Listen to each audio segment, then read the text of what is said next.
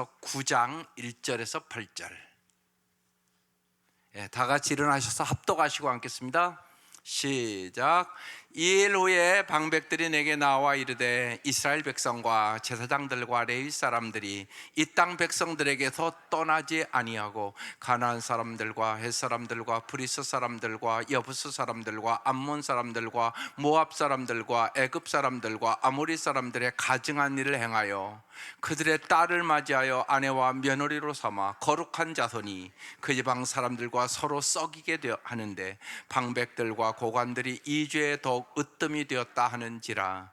내가 이 일을 듣고 속옷과 겉옷을 찢고 머리털과 수염을 뜯으며 기가 막혀 앉으니 이에 이스라엘의 하나님 말씀으로 말미암아 떠는 자가 사로잡았던 이 사람들의 죄 때문에 다 내게로 모여오더라. 내가 저녁 식사 제사 드릴 때까지 기가 막혀 앉았더니 저녁 식사를 드릴 때 내가 근심 중에 일어나서 속옷과 겉옷을 찢은 채 무릎을 꿇고 나의 하나님 여호와를 향하여 손을 들고 말하기를 나의 하나님이여 내가 부끄럽고 낯이 뜨거워서 감히 나의 하나님을 향하여 얼굴을 두지 못하오니 이는 우리 죄악이 많아 정수에 넘치고 우리 허물이 커서 하늘에 미침이니이다. 우리 조상들의 때로부터 오늘까지 우리의 죄가 심하매 우리의 죄악으로 말미암아 우리와 우리 왕들과 우리 제사장들을 여러 나라 왕들의 손에 넘기사 칼에 죽으며 사로잡히며 노락을 당하며 얼굴을 부끄럽게 하심이 오늘날과 같으니이다. 이제 우리 하나님 여호와께서 우리에게 잠시 동안 은혜를 베푸사 얼마를 남겨두어 피하게 하신 우리를 그 거룩한 저소에 박힌 못과 같게 하시고 우리 하나님이 우리의 눈을 밝히사 우리가 종노릇하는 중에서 조금 소생하게 하셨나이다. 아멘. 오늘 말씀의 제목이 그 본문에 읽은 대로 기가 막히고 답답한 상황 속에서요. 여러분이 인생에 기가 막히고 답답한 상황을 만나면 어떻게 합니까?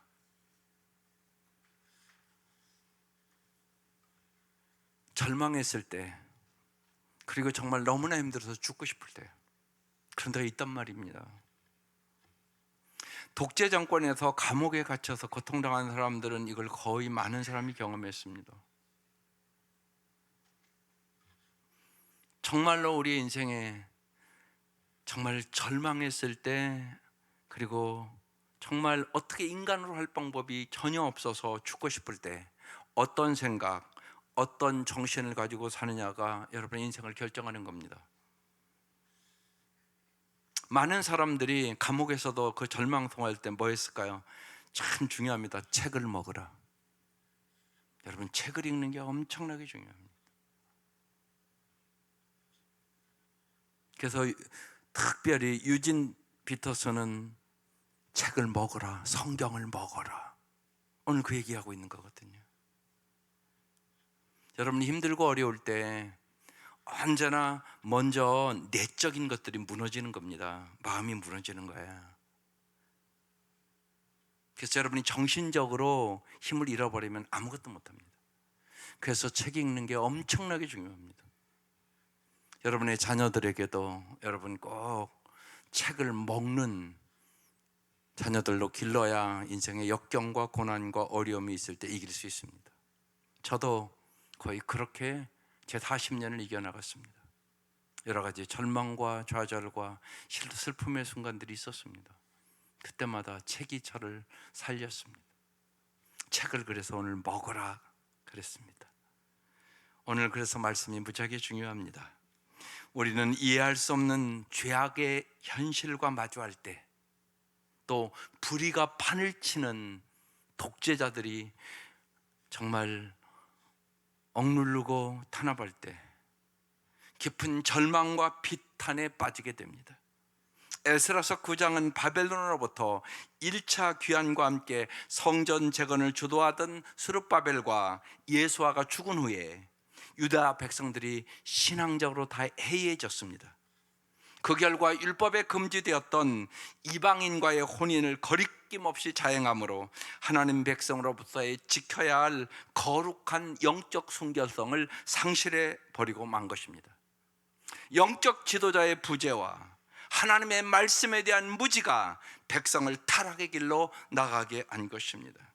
이때 에스라는 이스라엘 백성이 또다시 죄악에 빠진 상황을 바라보고 절망하여서 기가 막히고 답답해서 낙심과 절망 속에 앉아 있었다는 것이 오늘 본문입니다. 이 절망 속에서 에스라가 어떤 반응과 자세를 보였는가를 오늘 본문을 통해 잘 보시고, 정말로 여러분의 인생에 한두 번은 다 있을 것이에요. 그런 게 한 번도 없었다면 이제까지 엄청난 은혜 속에 살았음을 깨달으시고 정말로 감사하시기를 바랍니다. 누구나 있습니다. 아무도 모르잖아요. 쉬운 얘기로요, 자식만 먼저 가도요, 여러분 기가 막히고 답답할 거요. 그 슬픔을 무슨 방법으로 이겨나갈 수 있겠어요? 그런데 내 속에 그런 일이 안 일어난다고 장담할 사람은 아무도 없어요. 자식을 먼저 보낸다니까요. 그럼 그걸 어떻게 이기겠습니까? 우리 인생에 기막히고 답답한 상황을 만날 때 오늘이 에스라의 이 말씀을 가지고 여러분 승리하는 여러분 되시기를 주의 이름으로 축원합니다. 첫 번째, 바벨론에서 돌아온 백성들이 죄를 졌다는 것입니다. 1절, 이일 후에 방백들이 내게 나와, 에스라에게 나와, 몇몇 지도자들이 에스라에게 나와서 예루살렘에 살고 있는 이스라엘 공동체의 이제 문제점을 지금 얘기하는 것입니다. 내게 나와 이르되 이스라엘 백성과 제사장들과 레위 사람들이 이 땅 백성들에게서 떠나지 아니하고 그들의 우상 숭배의 문화를 떠나지 않았다는 얘기입니다. 가나안 사람들과 헷 사람들과 브리스 사람들과 여부스 사람들과 암몬 사람들과 모압 사람들과 에귿 사람들과 아모리 사람들의 가증한 일을 그대로 본받아 했다는 거예요. 그러니까 우상 숭배를 했다는 얘기예요. 그러면서 2절에 그들이 어떤 행동을 했냐? 그들의 딸을 맞이하여 아내와 며느리로 삼아 거룩한 자손이 그 지방 사람과 서로 섞이게 하는데 방백들과 고관들이 이 죄에 더욱 으뜸이 되었다 하는지라.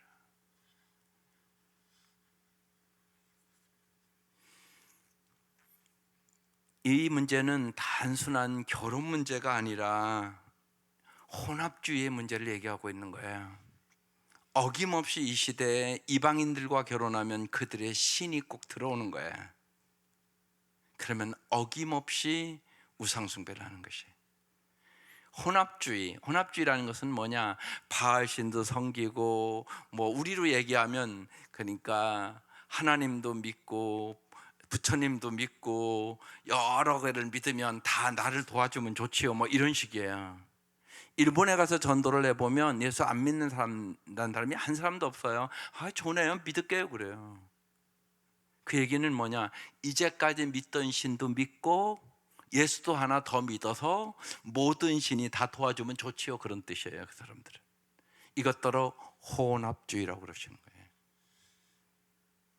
그래서 이방 여인들과 아내와 며느리로 삼아서 보세요, 거룩한 자손이, 하나님은 이스라엘 백성에게 내가 거룩하니 너희는 반드시 거룩하게 살아야 세상을 아름답게 변화시킬 수 있다고 얘기를 하는 거예요. 그런데 거룩한 자손이 그 지방 사람들과 이방의 사람들과 서로 섞이게 됐다는 것이에요. 그래서 혼합주의, 우상 숭배를 했다는 것이에요. 그런데 방백과 고관들이 이 죄에 더욱 으뜸이 되었다는 것이에요. 그래서 여러분, 우리에게 직접 이게 적용을 시키면 여러분, 결혼을 정말 중요시 여겨야 됩니다. 부모는 자녀를 하나님께 인도할 책임이 가장 귀하다는 것을 깨달으셔야 돼요. 여러분이 이 의식이 없으면 그냥 안 믿어도 나중에 믿으면 되겠지. 여러분 해보세요. 그렇게 쉬운 일인가? 그렇게 안 돼요. 너무너무 어려운 일이에요. 여러분, 남자가 어려운 것 같죠? 아니요. 제가 보기에는요, 여자가 훨씬 어렵습니다. 여자 안 믿는 사람 믿게 하는 건 무지하게 중요하고요. 아이들 낳으면 더 힘들어요. 그런데 아내가 신앙을 가지면요 훨씬 쉽습니다. 아이들 낳으면 애들 때문에도 안 믿는 남편도 최소한 그래도요 운동장까지라도 왔다 갑니다. 그러다가 들어옵니다. 그러니까 정말로 아내가 집을 세웁니다. 아내가 믿음으로 기도함으로 말미암아 가정의 구원의 역사가 일어납니다. 이렇게 중요한 얘기입니다. 그러니까 한 가정에 여러분 꼭 잊지 마셔야 돼요. 난 그래서 우리 청년들이 안 믿는 애들 사귄다 그러면 가슴이 덜컥합니다. 근데 부모가 아무렇지도 않은 것처럼 삽니다. 기도도 안 합니다. 여러분 잊지 마세요. 여러분이 만약에 여러분 자녀들이 믿지 않는 아이들과 살고 있다 그러면 여러분 엄청나게 기도하셔야 됩니다. 오늘 그 얘기를 하고 있는 것입니다. 우상 숭배하는, 여러분 우상 숭배는 꼭 다른 신만이 아니잖아요. 마음의 우상이 더 많은 시대에 살아요. 하나님보다 돈이 더 귀하게 여기고 있는 사람들이 훨씬 많단 말이에요. 그럼 하나님 모르면 돈 의지하지 배울 수 있겠어요? 사람 의지하지 배울 수 있겠어요? 명예나 권력 의지하지 배울 수 있겠어요? 하나님을 모르는 사람은 다른 것을 의지하고 살게 돼 있습니다. 반드시 그렇습니다. 여러분 여기 나는 아무것도 안 의지하고 산다 이런 사람이 어디 있습니까? 여러분 남편 안 의지합니까? 다 의지합니다. 그런데 남편 의지할 대상 아니올지도. 그러니까 정말로 왜 하나님께서 지금 이렇게 말씀해 주신가를 우리가 잘 깨달으셔야 합니다. 하나님이 바라시는 것은 이스라엘 백성이 하나님만을 의지하고 거룩한 자손으로 정말로 풍성한 하나님의 복 안에 살기를 원했던 것입니다. 여러분 잘 생각해 보세요. 여러분 노년에 정말 사랑하는 자녀들이 참 행복하게, 이제 다음 주면 우리가 감사주일 지켰는데 행복하게 정말로 서로 감사하고 정말 은혜가 충만한 자녀를 바라보는 노년이 정말 최고로 행복한 노년 아니겠어요? 여러분 그 생각을 잊지 마셔야 합니다. 우리 자녀들이 참 부부간에도 행복하게 살고 참 쟤들은 가보면 참 감사하고 살고 그러면 그것을 부는 부모의 즐거움은 이루말할 수가 없단 말이에요. 여러분 이걸 보기를 원하잖아요. 여러분 이게 하나님을 잘 섬길 때 일어나는 일들입니다. 그래서 하나님을 잘 섬기는 것이 그렇게 중요한데 이방 여인들과 결혼하며 지금 우상 숭배로 빠져간다는 것이에요. 신명기 7장에 그래서 이미 하나님 우리에게 명확하게 언제나 미리 경고의 말씀을 주십니다. 내 하나님 여호와께서 너를 인도하사 내가 가서 차지할 땅으로 들이시고, 하나님께서 젖과 끓는 땅으로 들이신다는 얘기예요. 내 앞에서 여러 민족, 헷 족속, 기르가스 족속, 아모리 족속, 가나안 족속, 브리스 족속, 휘 족속, 여부스 족속, 곧 너보다 많고 힘이 센 7 족속을 다 쫓아내셨다는 거예요. 그래서 승리를 줬다는 때에 내 하나님 여호와께서 그들을 내게 넘겨 내게 치게 하시리니 그때 너는 그들을 진멸할 것이라. 하나님의 승리를 주겠다는 얘기예요. 그들과 어떤 언약도 하지 말 것이며 그들을 불쌍히 여기지 말 것이며 또 그들과 혼인하지도 말지니 내 딸을 그들의 아들에게 주지 말 것이요 그들의 딸도 내 며느리로 삼지 말 것은 그가 내 아들을 뭐 한다고요? 유혹하여, 유혹이라고 써 있잖아요. 그가 어떻게 한다고요? 여호와를 떠나고 어떻게 한다고요? 다른 신들을 섬기게 하므로 여호와께서 너희를 진노하사 갑자기 너희를 멸하실 것임이니라. 이렇게 미리 말씀해 주신 거예요. 그런데 이들이 바벨론 포로로 잡혀가서 그 고통을 70년 동안 당하고 돌아와서 이제 성전을 건축하고 그러고 나서 좀 편해지니까 이방 여인들과 결혼하며 우상 숭배자가 되게 됐다는 얘기예요.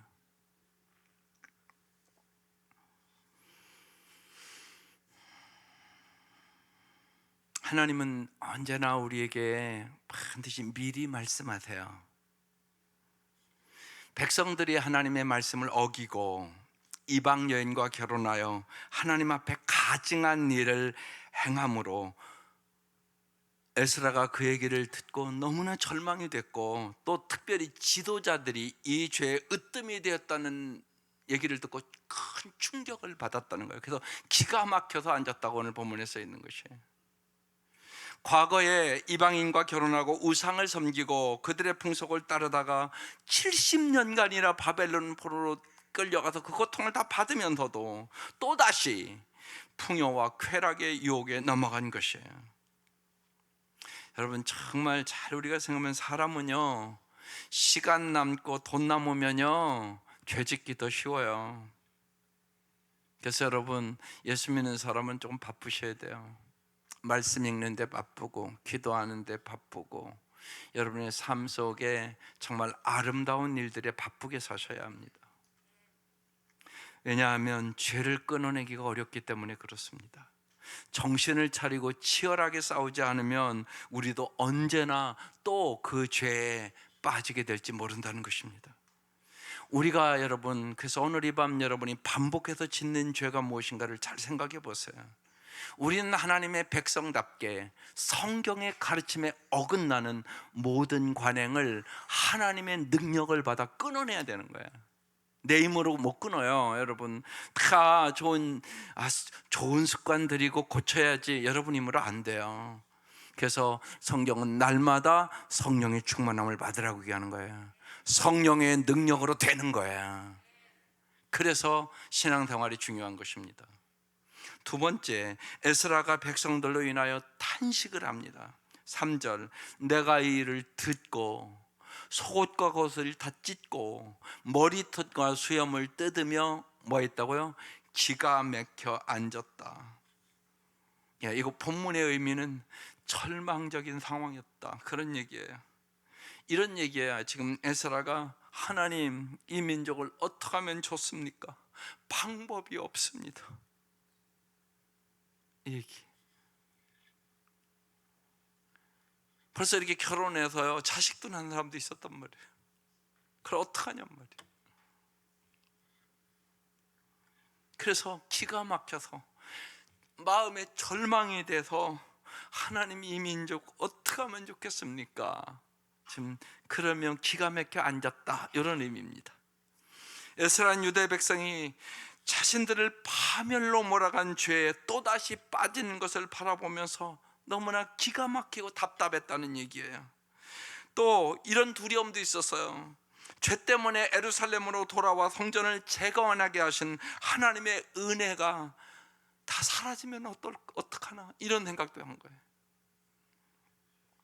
지금 이들의 믿음이 한없이 나태해졌다는 얘기예요. 여러분, 잊지 마셔야 돼요. 오늘 한국교회 영편 여러분의 신앙들이 무지하게 나태해요. 옛날 생각해 보세요. 우리가 어려울 때, 이 민족이 어려울 때 무지하게 열심히 기도했단 말이에요. 새벽을 깨우고 부지적 기도하고 막 애통해하며 기도하고 막 그랬단 말이에요. 근데 여러분 생각해 보세요. 여러분 그렇게 기도하세요? 여러분, 이걸 회복해야 하는 것이에요. 우리에게 에스라처럼 하나님의 말씀대로 살지 않는 사람 때문에 여러분 부담감과 여러분 답답함과 애통함이 있으세요? 내 아들, 딸들이 예수를 안 믿어서 내가 너무나 갑갑하다고, 내가 절망이 돼서 내가 눈물이 난다고, 그런 거 있으세요? 여러분, 남편 안 나와서 금식합니까? 이 정도로 나태해졌다고요. 금식도 안 해요.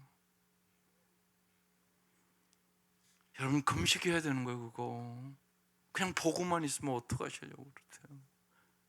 그런데요, 여러분, 정말 금식하고 기도하면 역사가 일어나거든요.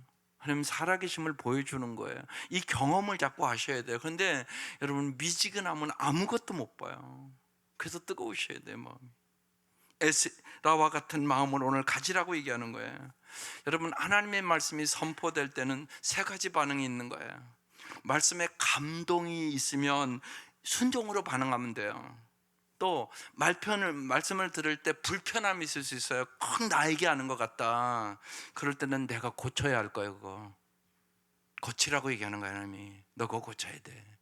그 얘기하는 거예요. 불편하거든요. 예. 또 하나는요, 나에게 부담감을 줄 때가 있어요. 말씀이. 그때는요, 나에게 헌신하라는 얘기예요. 사람 편한 거 좋거든요.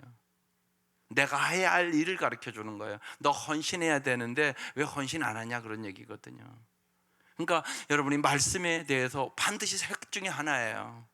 감동이 있어서 순종하든지, 내가 불편함이 있어서 고쳐야 하든지, 그렇지 않으면 부담감을 갖고 헌신해야 되든지, 반드시 그런 거예요.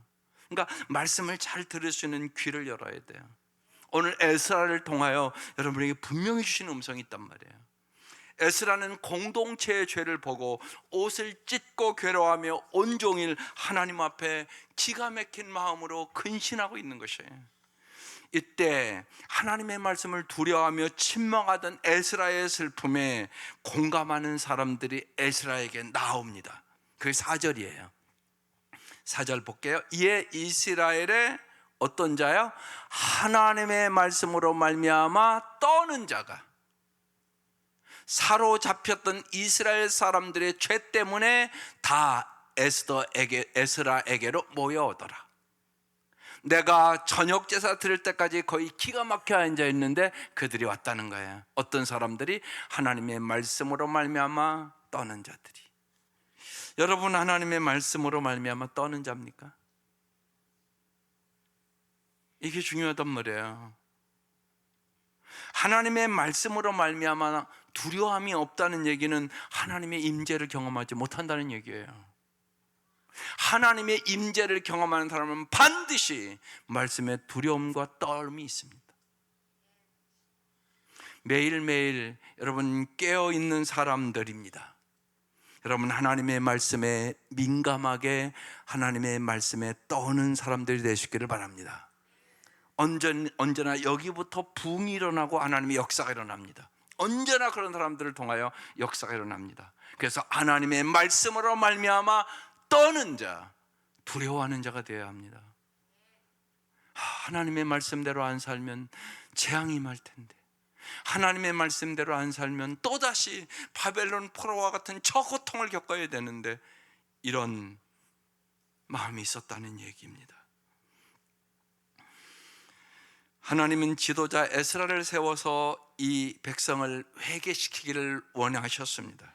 하나님은 죄를 미워하고 슬퍼하는 사람들, 무감각해진 죄를 일깨우는 이 지도자를 통하여 이 백성을 새롭게 세우시기를 원하시는 것입니다. 죄를 중지하도록 부름받은 사람들은 종종 기도에 그래서 깊은 부담감을 느끼게 되는 것입니다. 죄에 대한 하나님의 슬픔을 느낀 에스라는 깊은 마음의 동요를 느끼면서 중심으로 온 마음을 다해 하나님 앞에 부르짖어 기도합니다. 그래서 세 번째, 에스라가 공동체의 죄를 자백하며 하나님 앞에 소망을 두고 부르짖는 내용이 이제 5절부터 써 있는 겁니다. 5절 보겠습니다. 저녁 제사를 드릴 때 내가 근심 중에 일어나서 그랬습니다. 무슨 근심했겠습니까? 여러분은 어떤 근심하십니까? 고린도후서 7장 10절에 이런 말씀이 있습니다. 하나님의 뜻대로 하는 근심은 후회할 것이 없는 구원에 이르게 하는 회개를 이루는 것이요, 세상 근심은 사망을 이루는 것이니라. 여러분, 하나님의 나라와 일을 위하여 근심하고 삽니까? 언제나 세상 썩어질 것만 위하여 근심하고 사십니까? 에스라의 근심은 이 백성들이 하나님의 말씀대로 살지 않는 멸망의 길을 가기 때문에 근심하는 것입니다. 그래서 근심 중에 일어나서 속옷과 겉옷을 찢고 무릎을 꿇고 나는 여호와를 향하여 손을 들고 6절 말하기를, 나의 하나님이여, 내가 부끄럽고 낯이 뜨거워서 면목이 없어서 감히 나의 하나님을 향하여 얼굴을 들지 못하오니 이는 우리의 죄악이 많아 정수에 넘치고 우리의 허물이 커서 하늘에 미침이니이다. 하나님 앞에 얼굴을 들 수가 없습니다. 우리의 죄악이 너무나 많아서 하나님의 은혜를 생각하면 이렇게 할 수는 없는 민족인데, 바벨론 포로에서 도저히 1%도 올 가능성이 없는데 하나님의 은혜로 고향으로 돌아다가 성전까지 재건하게 했는데 어떻게 이럴 수가 있단 말입니까? 배은 망덕도 유분수지 어떻게 이럴 수가 있습니까? 이러면서 지금 에스라가 기도하고 있는 모습입니다. 7절, 우리 조상들의 때로부터 오늘까지 우리의 죄가 심함에 우리의 죄악으로 말미암아 우리와 우리 왕들과 우리 제사장들을 여러 나라의 왕들의 손에 넘기사 칼에 죽으며 사로잡히며 노락을 당하며 얼굴을 부끄럽게 하시며 오늘과 같으니이다. 바벨론 포로 잡혀가서 말할 수 없는 고통을 당했다는 얘기를 하는 거예요. 그런데 여기 중요한 단어가 있어요. 계속 이 에스라가 우리라고 얘기하고 있다는 거예요. 에스라는 저지른 모든 죄가 자신을 포함한 우리의 문제로 인식하고 기도한다는 것입니다. 이게 무지하게 중요한 것입니다. 이럴 수 있잖아요. 에스라가 죄진 거 아니잖아요. 그런데 우리라고 얘기하고 있다는 것이에요. 이게 참 중요합니다. 여러분, 이 생각은 가져야 되냐. 아이가 예를 들면 죄를 진다 그러면 우리 죄라고 그래야지 저 자식이 저래서 그러면 되겠습니까? 부모 책임은 없단 말입니까? 아니잖아요. 남편도 마찬가지입니다. 여러분, 남편이 교회를 안 나온다, 아내 책임은 없습니까? 여러분, 없다고 생각하십니까? 그렇지 않을 것입니다. 그럼 어떻게 회개해야 됩니까? 우리 죄, 이렇게 해석해야 된단 말입니다. 하나님, 나 때문에, 우리 때문에 이래야 된단 말이에요. 그런데 저 인간이 그래서 그렇다고, 자기는 아무 잘못이 없는 것처럼. 여러분, 그런 자세를 가지고는 하나님의 역사는 경험 못합니다. 그래서 오늘 말씀 중요한 겁니다. 우리라는 단어가 얼마나 많이 써있나 저기 잘 보셔야 합니다. 에스라는 저지른 죄가 자신을 포함한 우리의 문제로 인식하고 죄사함을 위하여 옷을 찢고 애통하며 기도하고 있다는 것입니다. 공동체의 죄를 함께 아파하며 부끄럽게 여기고 회개하는 자리에 밝은 미래가 열린다는 것입니다. 공동체가 저들은 과거와 현재의 모든 과오를 우리의 죄다 이렇게 애통해하며 슬퍼할 줄 아는 우리가 되어야 되는 것입니다. 목사의 결혼은 그런 것입니다. 성도들이 아프고 힘들고 또 암투병하고 그러면 제일 힘든 게 맨 처음 오는 게 그겁니다. 내가 너무 기도를 안 해서 그런가, 그래서 힘든 겁니다. 그 마음이 너무나 힘듭니다. 이게 공동체 의식입니다. 여러분, 목장에서 언제나 그 의식을 가져야 됩니다.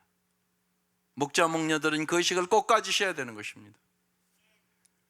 나의 목원들이 힘들고 어려울 때 내가 너무나 기도를 쉬는 죄를 범한 거 아닌가, 내가 기도하지 않아서 저런 일이 난 거 아닌가, 그러면서 함께 아파야 됩니다.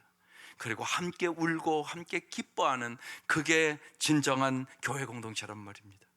이건 세상에서 볼 수 없는 공동체란 말입니다. 그래서 공동체의 죄악을 가지고 함께 기도할 때 정말로 하나님의 놀라운 역사가 일어나고 미래가 열리고 하나님께서 새로운 희망을 주시는 것입니다. 마지막으로 이들은 하나님의 은혜를 기억하라고 얘기합니다. 마지막 8절입니다.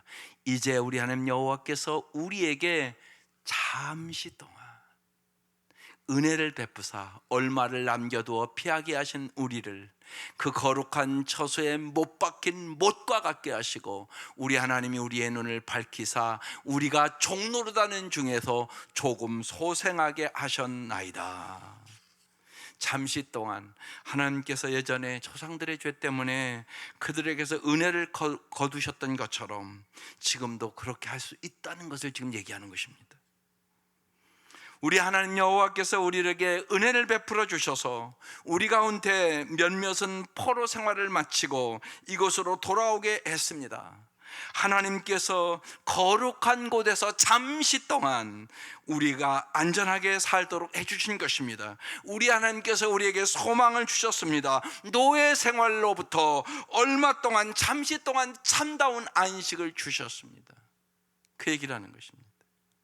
죄를 지은 이스라엘 백성을 포로로 끌려가게 하셨지만 잠시 동안 은혜를 베푸셔서 고국에 돌아오게 하시고 안전하게 하셨는데 이들이 옛날의 죄악에 또 빠졌다는 것입니다. 따라서 이스라엘 백성은 하나님의 율법을 어긴 것이 얼마나 잘못된 것이고 큰 배신인지 깨닫고 하나님의 은혜를 다시금 기억해야 한다는 것입니다. 하나님의 은혜를 기억하는 것은 죄를 이기고 죄에서 돌이킬 수 있는 힘이기 때문에 그렇습니다. 언제나 하나님의 은혜가 먼저입니다. 그러니까 여러분이 오늘 이 밤 하나님의 은혜를 기억하시기를 바라요. 그리고 정말로 여러분 추수감사주일 이거 논하드렸잖아요. 예, 저도 이렇게 5가지씩 씁니다. 이거 이번 주에 한번 쓰시라고요. 여러분만 쓰면 안 됩니다. 여러분 자녀들도 같이 쓰셔야 합니다. 온 가족이 쓰는 거야. 그리고 감사한 것이 무엇인가를 나누는 거야. 여러분 잊지 마셔야 됩니다. 자녀들이 행복하고 감사하며 살아야 여러분이 행복합니다. 반드시 그렇습니다. 그걸 잊지 마셔야 합니다. 그래서 행복 습관을 들여줘야 되고요, 감사 습관을 반드시 유산으로 남기셔야 됩니다. 그래야 여러분의 자녀들이, 가정도 행복해지고 자녀들도 잘 기를 수 있는 거예요. 자녀들에게 행복 습관을 길러줘야 되는 것입니다. 이게 부모의 사명이에요. 감사 습관, 기도 습관, 말씀을 읽는 습관, 언제나 사랑의 습관, 이게 다 습관들입니다. 이런 습관들을 여러분이 잘 길러주는 만큼 그 아이들이 나중에 우리 엄마 아빠가 나를 이렇게 훈련시켜줘서 좋은 습관을 들여줘서 내가 이렇게 잘 살게 됐다고, 그것을 보는 것이 여러분의 행복이란 말입니다. 여러분의 노로의 기쁨이란 말입니다. 이 은혜가 오늘 이 밤 함께 하시기를 주의 이름으로 축원합니다. 이제 에스라가 백성의 죄악으로 인하여 기가 막히고 답답한 상황 속에서 하나님께 소망을 두고 부르짖은 것처럼 하나님의 은혜를 우리도 기억하고 소망을 품고 기도해야 될 가정과 또 사회와 그리고 공동체의 기도 제목은 무엇인가? 오늘 이 밤 생각해 보는 것입니다. 우리 다 같이 에스라와 같은 마음으로 우리의 죄악을 위하여 회개하며 여러분의 가정과 교회와 민족을 위해서, 정말로 여러분의 자녀들을 위하여 여러분 간절히 기도하는 이 밤 되시기를 주의 이름으로 축원합니다. 함께 기도 한번 보겠습니다. 시작. 답답한 현실 속에서도 주님의 은혜를 의지하여 기도하며 소망을 갖게 하소서. 우리 공동체가 죄악과 고통에서 함께 뉘우치며 오직 주의 긍휼하심만을 바라보게 하소서. 다 같이 통성으로 기도하는데요, 함께